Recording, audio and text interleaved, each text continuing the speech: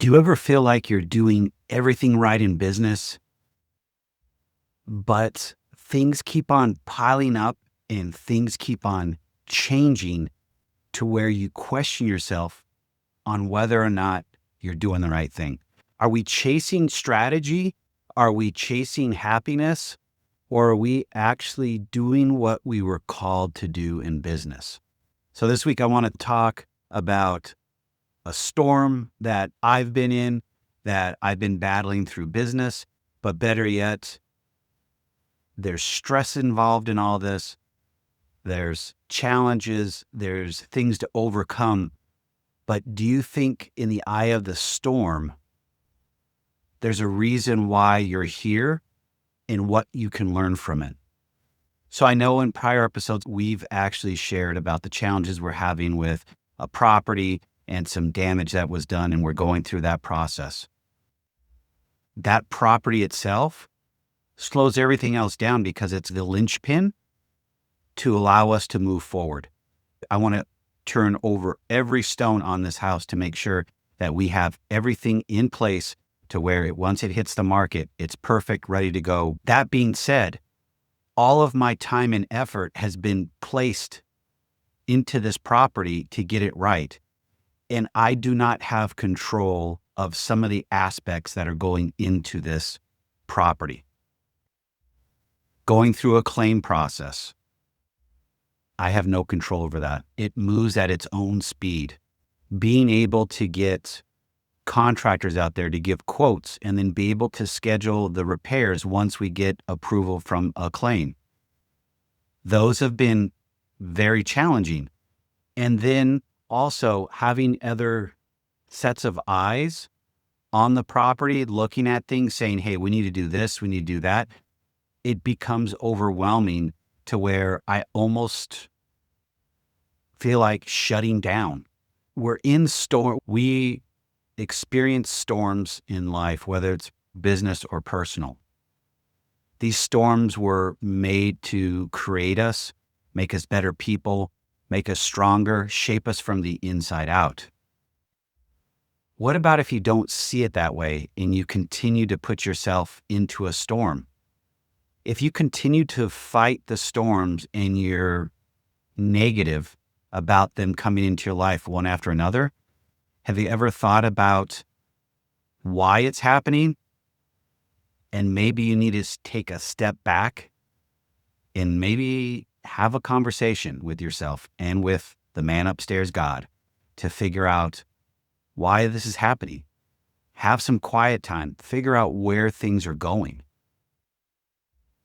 I struggled with that for a very long time. I always said, why me? Woe is me. I played that all down. The pity party. But guess what? That doesn't work in business. It doesn't work in life. Anybody that thinks their life goes up and to the right all the time is sadly mistaken. At some point, you will be faced with a storm. And how you handle that storm will define you for your next storm and will define you as a person on the inside out, because it's truly going to push you to either become a better person, make changes, or throw in the towel, or stay the same. I know that's three options, but those are three options that are out there. And if that's what you continue to do and not change or try to figure out why these storms are happening, how are you supposed to become a better leader? How are you supposed to become a better entrepreneur? How are you supposed to become a better partner? You can't. You'll continue to struggle in this area. By all means, guys, I am not saying I'm perfect because I struggle in all aspects. But I'm starting to realize and understand when storms come into my life, I have to figure out the what and the who. But the why is, how do I become a better person from this storm? I never did that before. I always did the woe is me, why me? And it never worked. Where I'm at today versus where I was at several months ago, there's been improvement, And there's one thing that I want to really share on the improvement is focusing in on today, not tomorrow, not in the future, just today. And I know we've had this conversation on prior episodes, but this is one of the things that really keeps me sane is making sure I'm focused on what needs to be done today, making sure I provide for today and know that I connect with God on those things. Because if you read any type of scripture whatsoever, he doesn't talk about give us our monthly bread or our weekly bread or our 2 months from Tuesday bread. It's give us our daily bread. That has truly helped me find another aspect in life to where I understand that when I'm focused on today, focusing in on what I can do today to change my tomorrow, it relieves my anxiety. It also allows me to focus a lot more on the task at hand. Now, do I have FOMO? I sure do. And it is a problem at times. But I give myself some leeway. So when I do struggle with that, I step back, take a look at what's going on. I didn't really miss anything crazy. Boom, we're back at it again. The other things that I want to talk about is social media comparison. When you're in a storm, you tend to do brain dead things. At least I know I do. I'll scroll on social media or I'll go watch a movie or whatever. You get a comparison. You can start comparing yourself to others. Wrong thing to do. They're putting out stuff for clicks, for likes, for shares.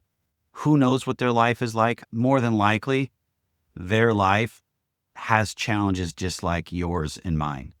So please don't fall into that trap. Being anxious does not change the future.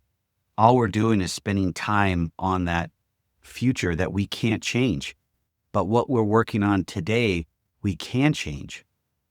So when you start becoming anxious, find a way to step away from your work or whatever you're doing and refocus your mind on the now. Maybe it's a positive thought about your family. Maybe it's my dog Moose you get to think about. It's something that grounds you, that brings you back into focus to where you can succeed in today's activities, things that need to be accomplished, goals, whatever the case is. The other thing is, do you have a system? And when I say a system, it could be a routine. Waking up in the morning, what's the first thing you do? Grab your phone and get right onto your email and social media, and immediately, boom, your blood pressure's up, your anxiety's up. How about starting out the morning with being quiet and just relaxing and being thankful that you woke up? There are people out there that had plans today that didn't wake up. So I'm very thankful when I wake up in the morning. Once you do that, maybe it's you go exercise, you go to the gym, whatever the case is. But the thing that really helps me, I don't physically write it down right now because it's too much. I put it on my tablet. I have a app that I use, but I journal. And then I write down 3 things that I want to do during the day to accomplish. Whether it's something to do with houses, something to do with loans, something to do with social media. If you don't have the structure, how do you set yourself up for success during the day? I did it for way too many years. I did it willy-nilly, just winged it. I still do a little bit of that, but I have more focus. I have more guidance. I have things that I'm going to accomplish during the day. So stick to that. So guys, we're going to wrap this up. I'm going to ask you something here. Try tomorrow, 5 minutes, 10 minutes without your phone, without social media, without the TV on, without distractions, and just sit and be quiet. It's hard. I said 5 minutes. Typically I'll say 10, but it's hard to sit there and be quiet. It's almost uncomfortable when you first start doing it. But then once you get into a routine and you start doing it, you're like, why didn't I do this sooner? It quiets your mind. It relieves any type of stress or anxiety that you potentially had. It goes away, starts your day out right. Give it a try. Leave some comments. Let me know how it goes for you guys. And just remember, if you're in the storm, you're not alone. We are a community. We're here for you. Reach out. Talk to somebody. Get help. Get guidance. You don't have to do this alone. Stay safe and stay healthy.